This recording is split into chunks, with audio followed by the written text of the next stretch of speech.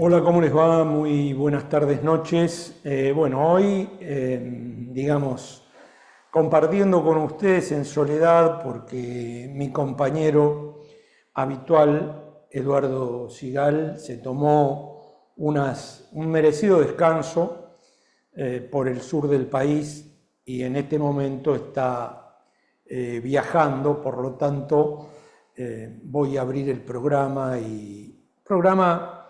muy especial, un programa.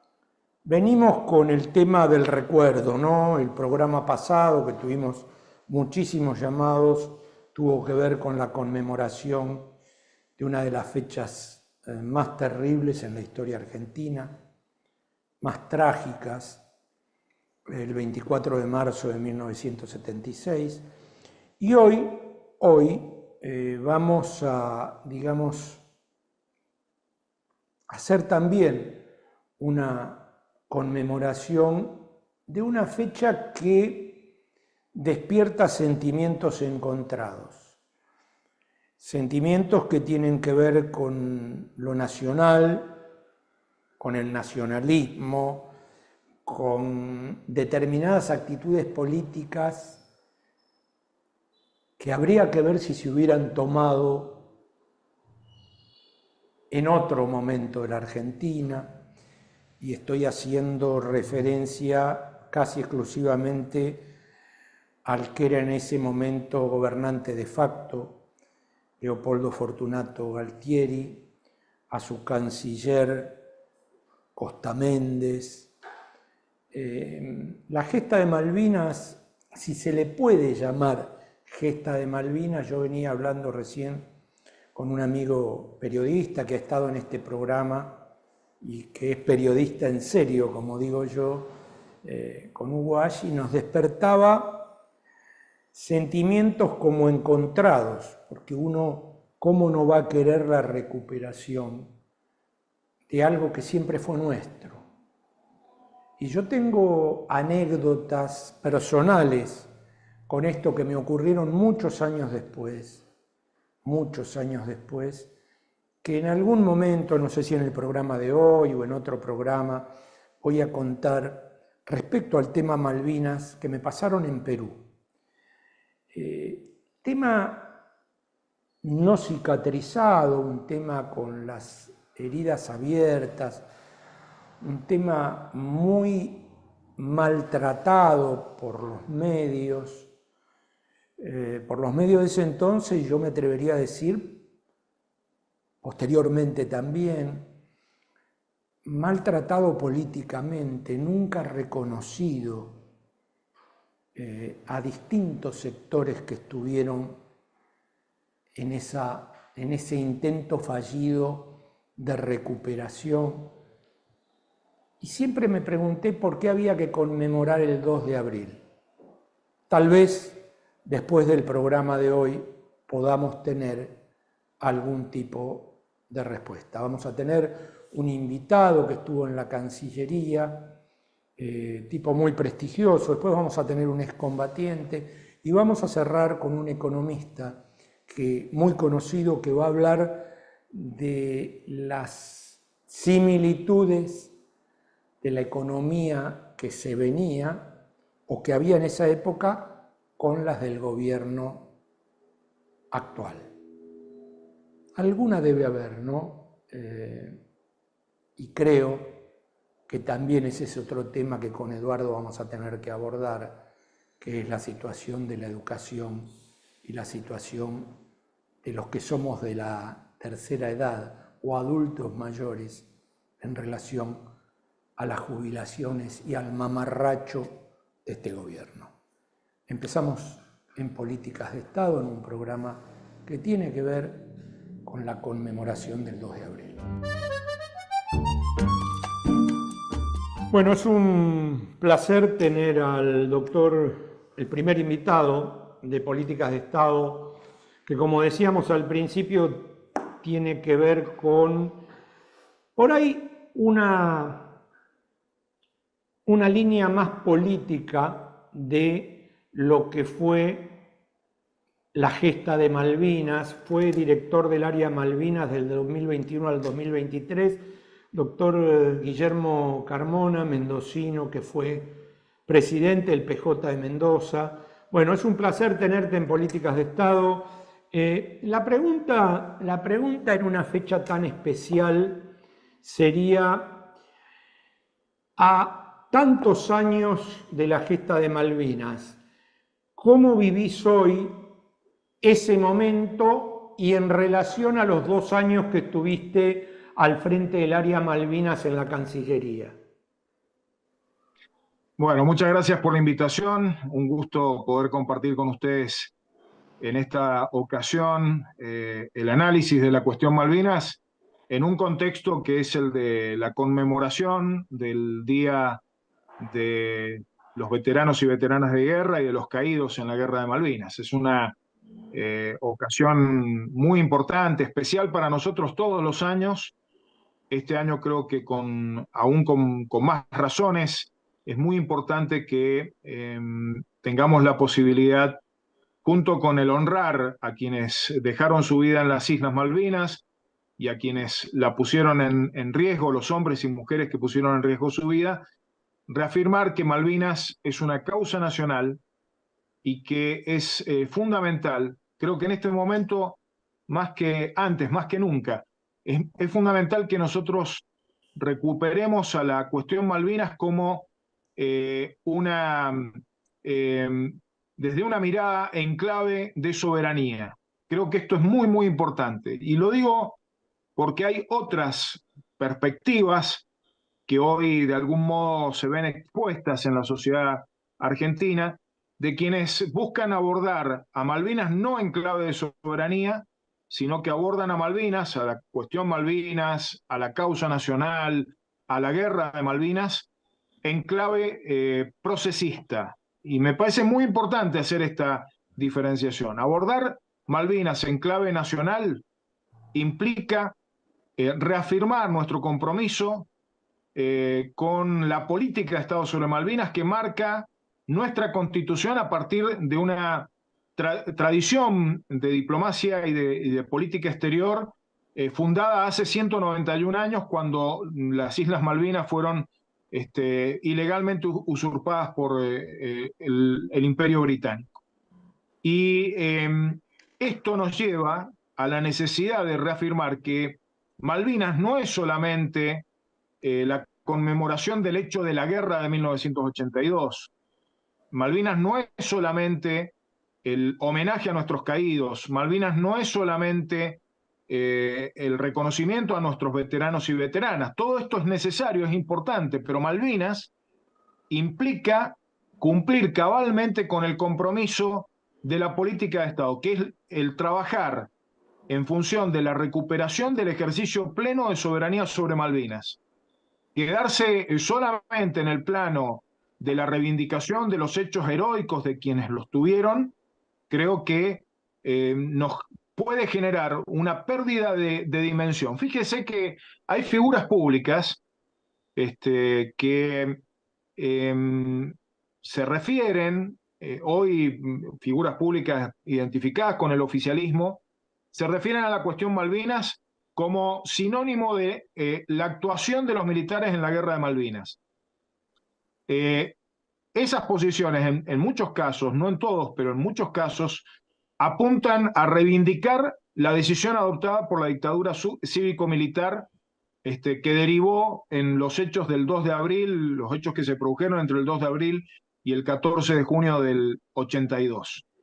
Esa mirada reivindicatoria de la dictadura nada tiene que ver con la mirada reivindicatoria de la reafirmación de derechos de la Argentina sobre Malvinas y sobre el compromiso democrático de nuestra política exterior de trabajar por recuperar el ejercicio de soberanía. Por eso es que en el oficialismo se desdoblan las posiciones de quienes apelan a reivindicar las decisiones de la dictadura y al mismo tiempo a bajar la intensidad en la acción diplomática, en la acción de política exterior, en relación con la cuestión Malvinas, que es lo que venimos viendo desde que asumió la presidencia Milei y la vicepresidencia Villarruel. Guillermo, eso te quería señalar. Pareciera que me sale una sonrisa, aunque no sea para reírse, pero pareciera que ese compromiso este gobierno se lo olvidó en algún lado, ¿no? Porque al contrario, es como que no saben si hablar, si hacer un acto, si no hacerlo, si desconocer, si ofender a la Thatcher, si ofender al imperio. Realmente me parece absolutamente lo antinacional y por decir algo impopular que se le puede ocurrir a cualquier habitante de esta nación que defienda Malvinas. Sí, sí, sin lugar a dudas. Desde que asumió el gobierno de Milei, eh, La canciller es impresentable. bueno, hay una omisión permanente, una pasividad absoluta respecto de los actos unilaterales que el colonialismo británico sigue produciendo e intensificando desde que asumió el gobierno actual, una pasividad que lleva al silencio de hechos gravísimos que no pueden ser dejados de lado, que no pueden dejarse pasar como está ocurriendo, ¿no? En esto hay que tener en cuenta que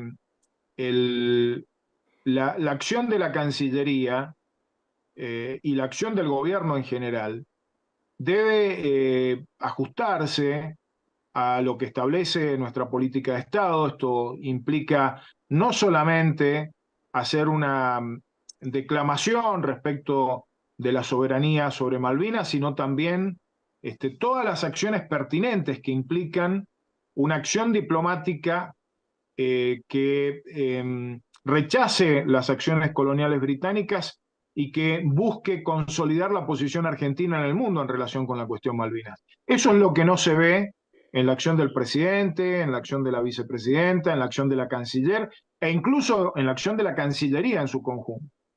Fíjense que estuvo el primer ministro Cameron en Malvinas, no hubo una protesta formal por el hecho, se intentó, cuando hubo mucha presión desde distintos referentes y organizaciones de veteranos, legisladores que reclamaron un posicionamiento al respecto, el gobierno lo que hizo fue intentar con un tuit pretendidamente irónico de la canciller salvar la situación de omisión en la que había incurrido.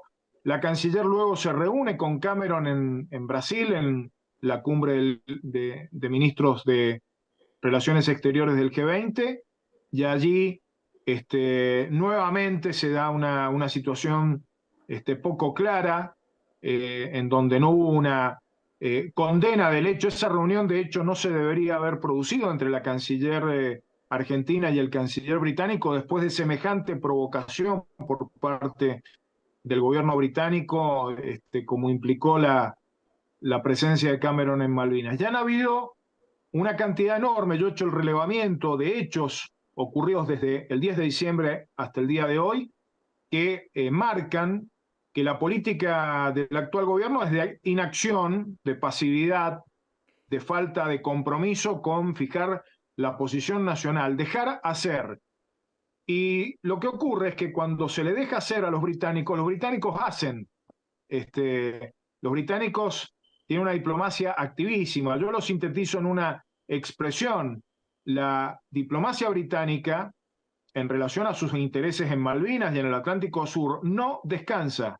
No descansa. Tiene un activismo permanente. Y cuando los gobiernos argentinos bajan su nivel de compromiso con la acción diplomática, la acción de política internacional, con eje en la acción en la cuestión Malvinas, los británicos avanzan.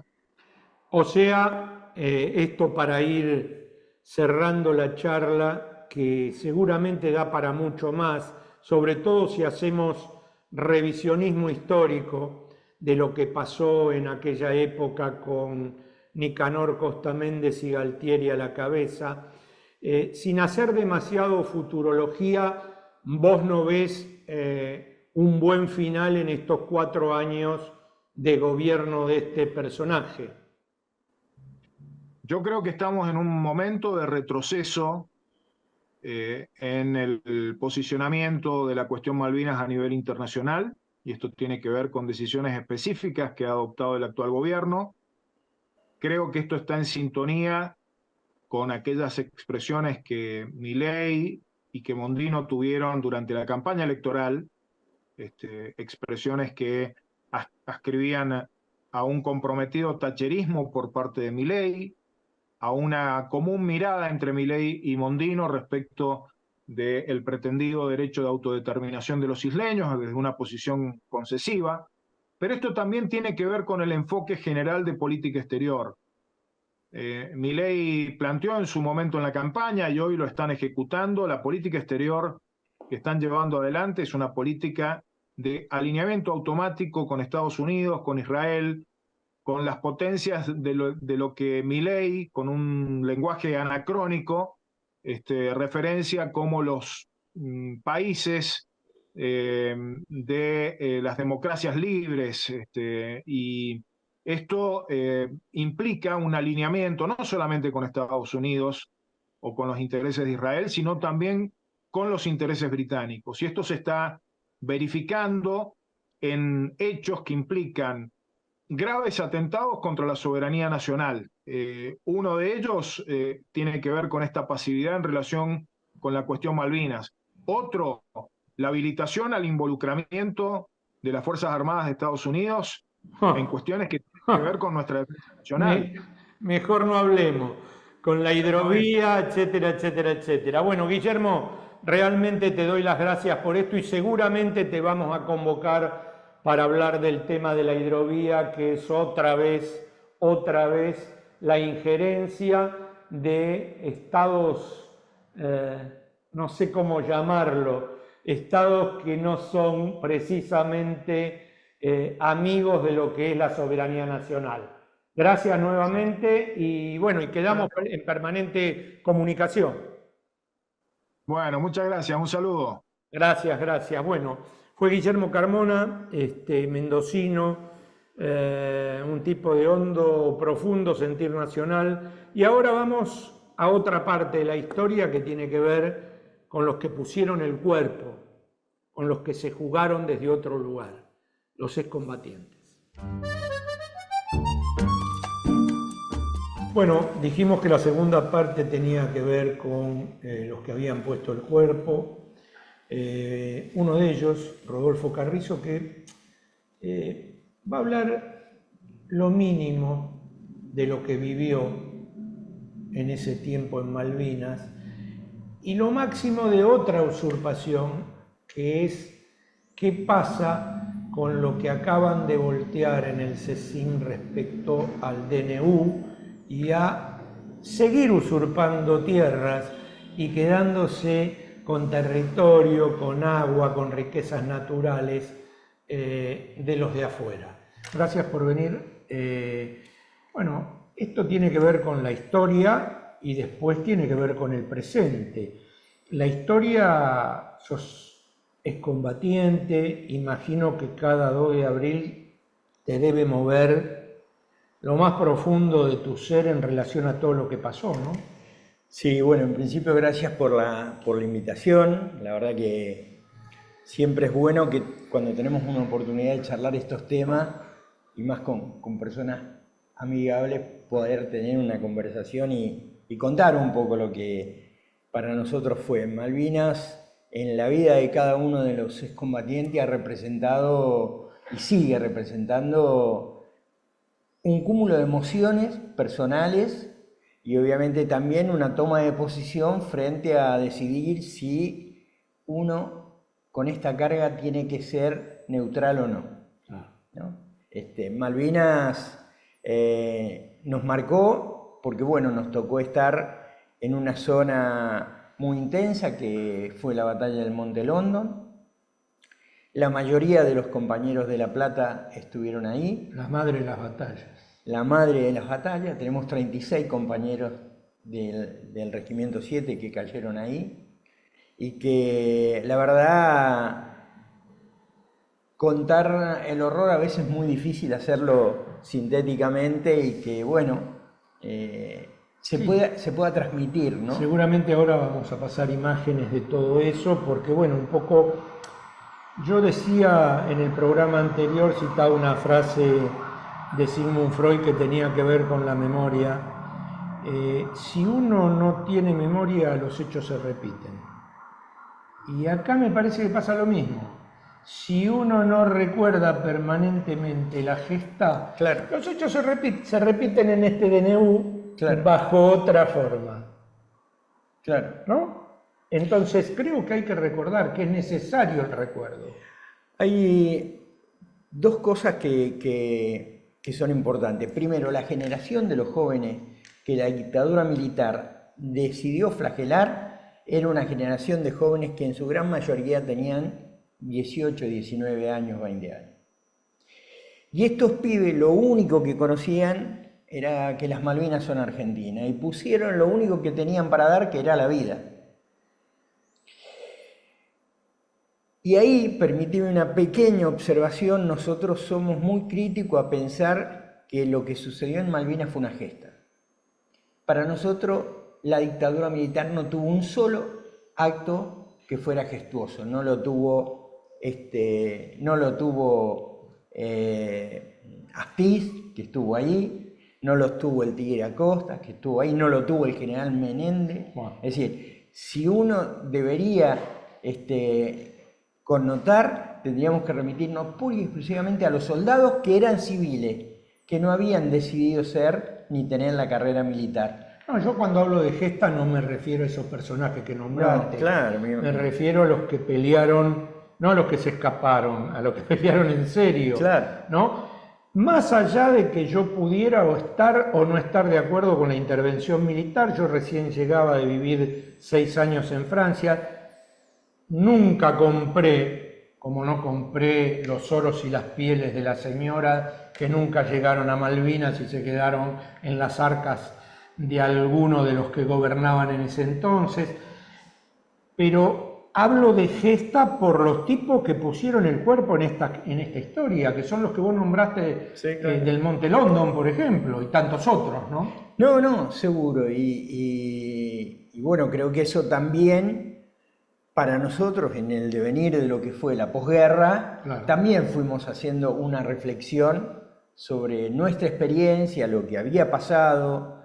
Nosotros fuimos testigos presenciales de la tortura a los propios compañeros.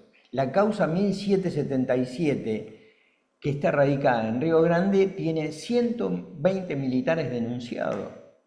Y a la fecha, con más de 200 soldados que han testimoniado, y actualmente está abierta la causa del Regimiento 7. Y a la fecha, no es importante, nada. 42 años... No pasó nada. Claro, hay impunidad. Entonces, sobre Malvinas hay un pacto de silencio, porque tanto a vos como a la gente que nos ve, nadie todavía le dijeron por qué perdimos, ¿no? Y ahora seguimos perdiendo. Y ahora seguimos perdiendo. ¿Y cómo perdemos ahora?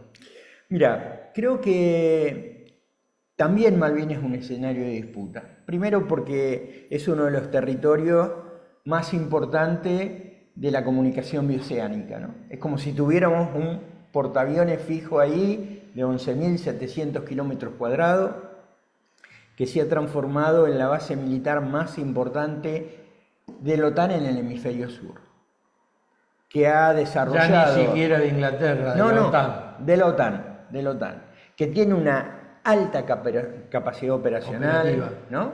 Tiene los famosos aviones Typhoon, bueno... También tiene submarinos, porque la base de Mont Pleasant está en complemento, ¿no?, con la base de Mark Harbor. Una por agua, otra por aire y tierra. Y ahora van a hacer un nuevo puerto, ¿no?, en Malvinas. Y esto tiene que ver por cómo perdemos. Porque desde el año 2005 a la fecha, en un solo recurso natural de todas y de todos los argentinos, como es la pesca, las licencias pesqueras que otorgó el Reino Unido le dieron nada más y nada menos que la equivalente a 2 veces la deuda externa argentina en términos de costo. En términos de costo, ¿te imaginas lo que representa el Atlántico Sur por su potencialidad económica, por la perspectiva, la riqueza. Y eso explica los 191 años de permanencia ahí.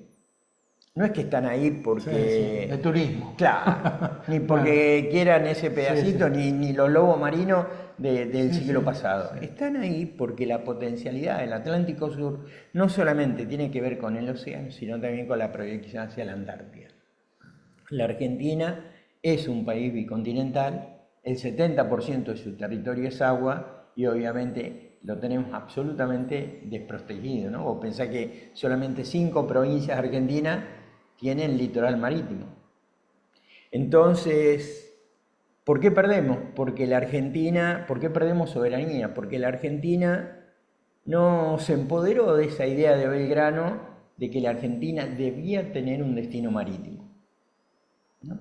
Si nosotros seguimos pensando en la patria agroganadera, perdemos una oportunidad que el imperio conoce perfectamente, que lo estudia, que lo investiga, que hace inversiones y que obviamente potencia todo el tiempo diferentes estrategias que tienen que ver con esto, ¿no? Ese modelo colonial de otrora a una nueva forma de penetración del imperio, ¿no? El voltear ese tema del DNU tiene que ver con esto. Sí, para nosotros fue muy importante dar esta batalla en el terreno jurídico. El equipo jurídico del CECIN trabajó muy bien con esto. Logramos presentamos una cautelar contra el artículo 154 del DNU 7023 de mi ley, que hablaba precisamente de eliminar una ley votada por el Congreso, que es la ley de tierras, y que eso hace de que se abra un proceso de extranjerización de la tierra, tanto en la zona núcleo como en las grandes zonas que tienen que ver como zonas limítrofes, ¿no? De hecho, el caso del Lago Escondido es uno, ¿no? Es un territorio argentino que los argentinos están vedados para ir con... Bueno, algunos van. Algunos van. No todos. No todos, pero algunos van. Con la protección de la policía, de la justicia y obviamente del poder económico. Pero bueno, así como se han apropiado de eso, pretenden el litio, ¿no? Pretenden obviamente todo lo que está alrededor de la cordillera. El agua. Y el agua, ¿no? Y obviamente recursos esenciales para la vida como es el alimento y el agua, ¿no? Bueno, de hecho, Carmona hacía referencia en el bloque anterior a el desembarco de Estados Unidos en el tema de la red troncal. ¿De qué hablamos cuando hablamos de amor? Exactamente. ¿No? ¿De qué hablamos cuando hablamos de esas cosas? Y vos sabés qué me parece esto, para ir un poco dándole un toque final al tema de la usurpación. Me llama poderosamente la atención que la gente no tome conciencia de esto. Yo creo que es un campo de disputa, ¿no? Digo, por momentos, sí, yo coincido con vos. Por momentos uno siente una gran angustia, pero el 24 marchamos y éramos muchos.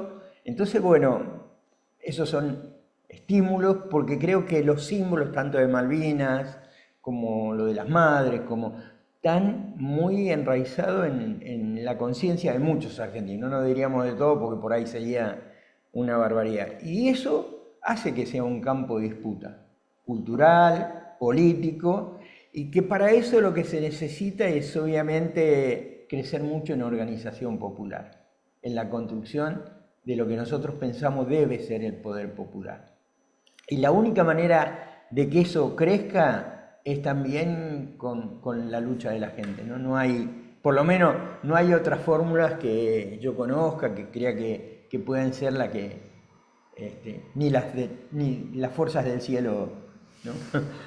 Claro como el agua. Gracias por venir, No. Gracias por traer un poco una mínima miscelánea de lo que viviste y la preocupación por el futuro, que creo que es tan grave como lo que viviste a partir de aquel 2 de abril. No, gracias por la invitación. Dos comentarios. A la gente invitamos que los 2 de abril, bueno, ponga la bandera en sus casas, los que tengan actos vayan, y nosotros en La Plata lo hacemos, que creemos que es muy importante eso, ese hecho de memoria, ¿no? Bien, vamos a seguir con lo que tiene que ver con la economía en ese entonces y las similitudes con este descalabro que estamos viviendo y lo que se avecina.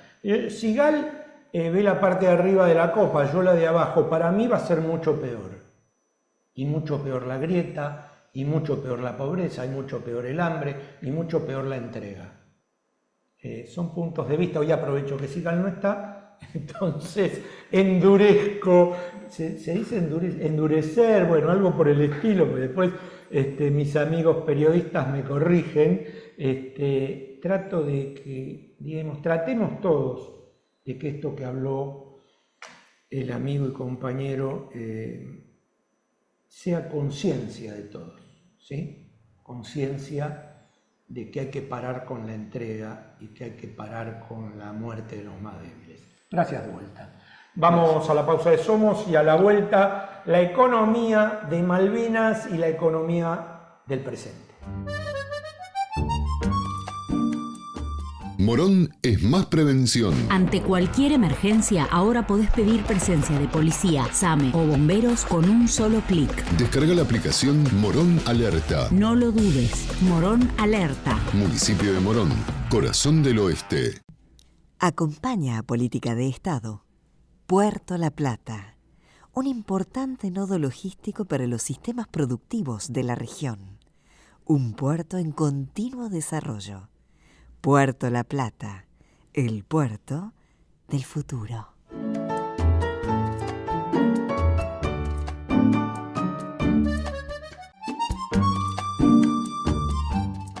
Bueno, dijimos al principio que el tercer bloque, el último bloque, tenía que ver no solo con la reminiscencia, con el recuerdo de qué se vivía con la economía de 1976, sino con 1976, 1983 con Malvinas, sino con este presente que, como dije anteriormente, se me ocurre o lo avisoro como una de las etapas más negras que vamos a vivir en la historia argentina. Discúlpenme que lo reitere tanto y que aproveche que no esté mi compañero de bancada, pero cada vez lo veo peor. Entonces esto de ver la mitad de la copa abajo no la puedo evitar. Y el 2 de abril de 1976, para el invitado que es más joven y que seguramente no se acuerda, pero lo hablábamos recién con Hugo, con Ash, que está presenciando el programa. El 2 de abril de 1976, el presidente de la Nación, José Alfredo Martínez Dios, porque si usted cree que fueron los milicos, no se confunda. Los milicos fueron el brazo armado, pero el presidente de la Nación era el ministro de Economía. Ese 2 de abril de 1976 presentaba José Alfredo Martínez Dios, uno de los cipayos más grandes de la historia argentina, su plan económico, que no paró, siguió y ahora, bueno, ahora te toca a vos, pero ¿qué pasó en el 76 con la economía? ¿Qué pasó en el 82 que aprovecharon la volada para meter la invasión a Malvinas, para recuperar lo que era irrecuperable? ¿Y qué pasa ahora? Similitudes, diferencias, égalité. Primero, un dato para mirar el vaso medio lleno. Ah, bueno, qué suerte. Como Sigal, ¿ves? No, todos en contra mío. No, pero no en contra. Digo, lo que vos decís es efectivamente acierto. O sea, hay una política que si uno la deja continuar en profundidad, obviamente el horizonte de la Argentina es absolutamente negro. Lo que sí es cierto es que tuvimos la marcha del 24, y tenemos un conjunto de movilizaciones que se han venido dando, y el 24 fue una manifestación muy potente en todo el país. más potente que muchos otros años. Y además lo interesante de observar es que casi el 60% de lo que se movilizó eran jóvenes que no vivieron la dictadura. Y entonces, a pesar de que cuesta ver a veces que en algunas cosas triunfamos, en eso se triunfó. ¿Vos decís que el colectivo se está abriendo? Estoy diciendo que hay un sustrato, hay un sostén, hay algo que corre, que va más allá de nosotros, y es que la mayor parte de los que se movieron en el 24 no vivieron la dictadura. No es como los que la vivimos, es los que no la vivieron. Lo cual implica que ha habido una transmisión generacional que revela un nivel de triunfo en términos de lo que es la discusión política general en la Argentina. No es tan fácil hacer ciertas cosas en nuestro país, y creo que como no es tan fácil, la tolerancia de la sociedad con este tipo de políticas en la Argentina es baja. Por eso es que los propios representantes del poder le suelen decir a Milei, el Fondo Monetario, los Estados Unidos, los grandes grupos empresarios y las corporaciones, les dicen reiteradamente, estamos de acuerdo con la orientación, nos preocupa la gobernabilidad. Saben que la Argentina se puede incendiar con esto. Tienen temor de que ocurra. No quieren que les pase. Y me parece que hay que seguir haciendo cosas para que ese temor crezca. Porque creo que en tanto ese temor crezca, este señor va a tener escasas posibilidades de continuar con lo que está haciendo. Dicho esto, voy al tema que planteás. Yo he leído y he estudiado en profundidad ese discurso de Martínez de Oz porque el discurso del 2 de abril es la médula principal de la estrategia de la dictadura. No fue un golpe más, fue un golpe fundacional que intentaba redefinir la Argentina y donde aparece ahí el enfoque dirigido a desmontar el aparato productivo industrial, porque era el ámbito en donde se podía dar el desarrollo del movimiento de los trabajadores, el movimiento obrero. Ahí acuñó una frase muy importante, Martínez de Oz, que es, muerto el perro se acabó la rabia. La desindustrialización implicaba terminar con la posibilidad de que hubiera un ámbito organizativo para los trabajadores y al mismo tiempo un acuerdo con ciertos sectores empresariales que permitiera una alianza social que discutiera los intereses de la oligarquía en nuestro país. Por lo tanto, ese es un discurso clave del intento fundacional que se abrió en el 76 y que efectivamente, con distintos momentos donde la experiencia popular le puso algún freno, hubo un cierto impas en el momento de la asunción de Alfonsín, pero obviamente la capacidad que estos señores acuñaron, digamos, durante todo el periodo dictatorial y demás, les permitió seguir teniendo capacidad para neutralizar las políticas de los gobiernos que pretendían hacer otra cosa e incluso terminar subordinando gobiernos, ¿no? Como subordinaron al radicalismo, como subordinaron al Partido Justicialista en la época de Menem, digamos, y cómo neutralizaron los mejores intentos que se hicieron para luego profundizar las cosas durante la década del 90, durante la etapa de Macri y ahora en esta. Pero acá hay que hacer una distinción. Yo creo que hay tres distinciones políticas conceptuales de este gobierno que hay que precisar y que yo creo que en las caracterizaciones que se hacen no se termina de ver bien el tema. Primero, no estamos frente a un gobierno negacionista. Acá no hay un negacionismo del golpe, hay una reivindicación. No es lo mismo negar que reivindicar, ¿no? Esta no es ni siquiera la teoría de los dos demonios, es la tesis de la guerra y los excesos, es la tesis de Videla, es la tesis que fue destruida en el Poder Judicial de la Argentina, en el marco del juicio de las juntas y en los juicios de la verdad posteriores. Es como si no hubiera existido nada. Exactamente, entonces es reivindicación, no hay negacionismo. Segundo tema, el libre mercado. No es cierto, acá no se plantea el libre mercado. No es la versión naif que planteaba el neoliberalismo de Macri. Es otra cosa. Acá, esta escuela que supuestamente expresa Milei, lo que defiende es la capacidad de concentrar economía en el marco del mercado. Defiende a los monopolios, a los oligopolios. Esos son los que triunfan en la competencia y consecuentemente son los héroes de la humanidad. Lo dijo en Davos. Entonces es una defensa cerrada de la concentración de la economía, de la oligopolización y de las grandes corporaciones. Son las corporaciones las que deben gobernar, no necesitamos el Estado. Ese es el argumento, es otra cosa distinta. Y la tercera cosa y más importante es que no es lo mismo que los fascismos o los nazismos europeos. Que esos fascismos y nazismos, neonazismos, que se lo dice también para Milei, tienen una idea de nación y de Estado.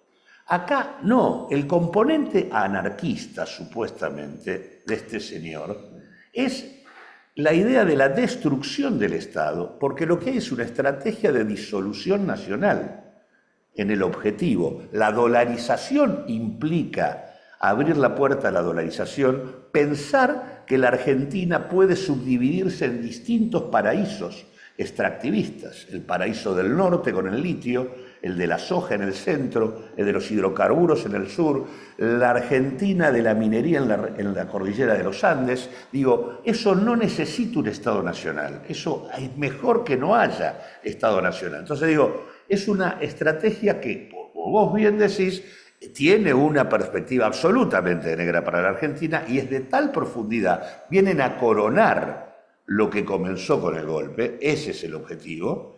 Esa idea refundacional la tiene este gobierno también, y en todo caso esto es lo que hace que tengamos que tener un esfuerzo político y social muy importante para frenar esto antes de que se consolide. Y con la dolarización nos convertiríamos en un narcoestado.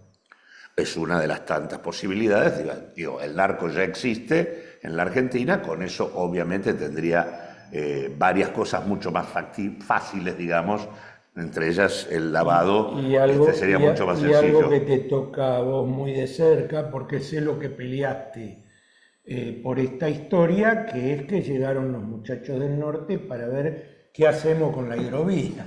Entonces, bueno, ya lo único que falta es meter el portaaviones Ticonderoga en el río Paraná. Han pasado dos cosas. Uno, el Reino Unido amplió en 166.000 kilómetros cuadrados la zona de exclusión en torno a Malvinas, abarcando el resto de las islas, consolidando la presencia de la OTAN y la proyección antártica, y por otro lado, Milei le otorgó a Uruguay todas las condiciones para consolidar la salida por el puerto de Montevideo y le abrió a los Estados Unidos el control sobre la mal llamada hidrovía, que sería todo el río Paraná. Así que en este sentido, la estrategia de disolución de lo nacional es una estrategia muy profunda. Por eso digo, es imprescindible. El punto central hoy es frenar esto, y en ese sentido creo que lo que pasó el 24 es muy importante.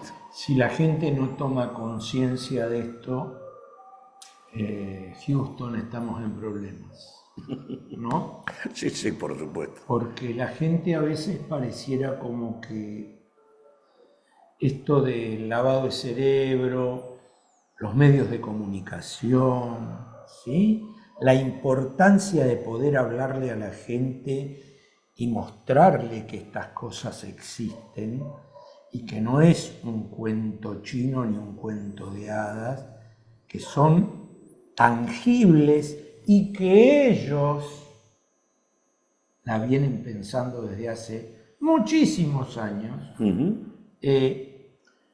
Si esto la gente no toma conciencia, sobre todo, como decías vos al principio, los más jóvenes, estamos realmente en problemas. Ahí voy con el tema del vaso medio lleno, porque si no tuviéramos el hecho de que más del 60% de los que se movieron son jóvenes, estaríamos en problemas. Y la mayor parte de los que se movieron son jóvenes que no vivieron la dictadura. Eso quiere decir que hay sostén para seguir pensando otra Argentina y para frenar esto. No tengo dudas que se va a frenar. El tema es la capacidad que tengamos de poder plantear algo distinto, porque está claro que Milei no tiene nada para mostrar en sus primeros 100 días de gobierno, nada a favor del conjunto de la sociedad. Eso se nota en el hecho de que va perdiendo legitimidad, cualquier encuesta lo está mostrando. Ahora, pierde legitimidad de manera lenta. ¿Por qué la pierde de manera lenta? Porque enfrente no hay nada. Acá se necesita mostrar otra propuesta política. El pasado es lo que legitima a Milei.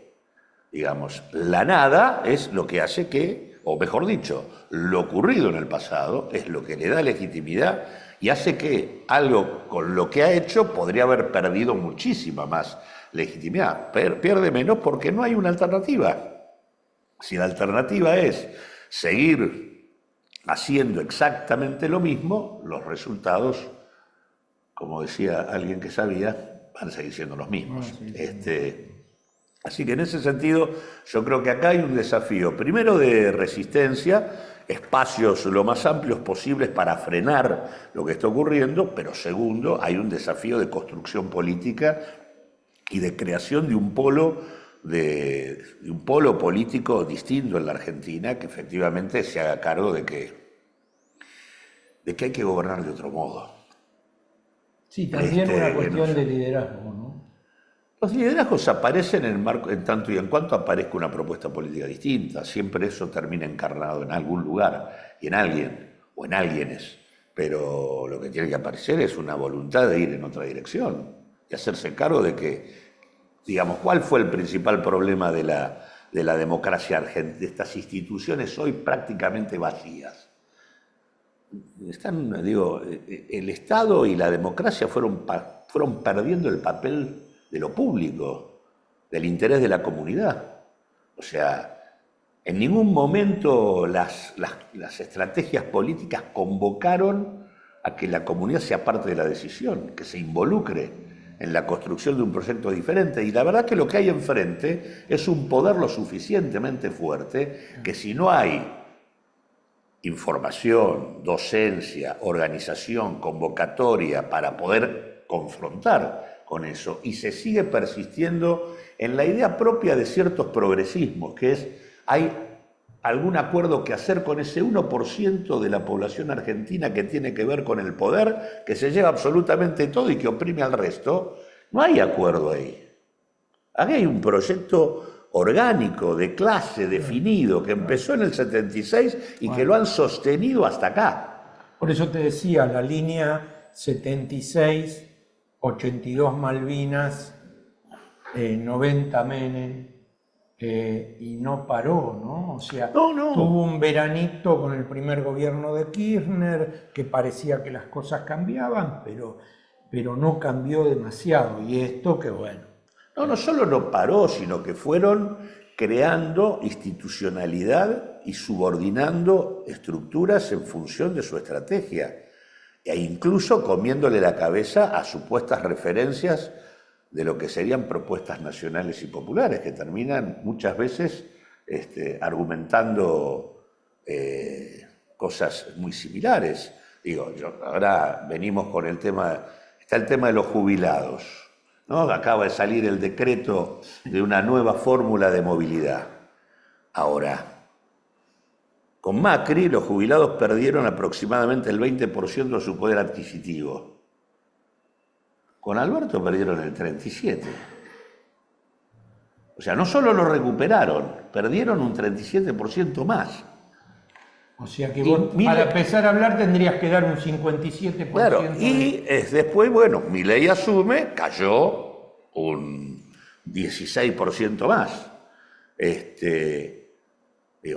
La fórmula, cuando salió la fórmula por parte de Alberto Fernández, yo en ese momento era director del Banco Nación, la cuestioné y tuve un lío enorme con Santiago Cafiero, con Raberta y demás, porque me cuestionaban cómo salía yo a decir que esa fórmula no servía. No servía para sostener el poder adquisitivo de los jubilados. Y no sirvió. Se aplicó 13 veces y de las 13, solo en 3 oportunidades dio mejor que la inflación.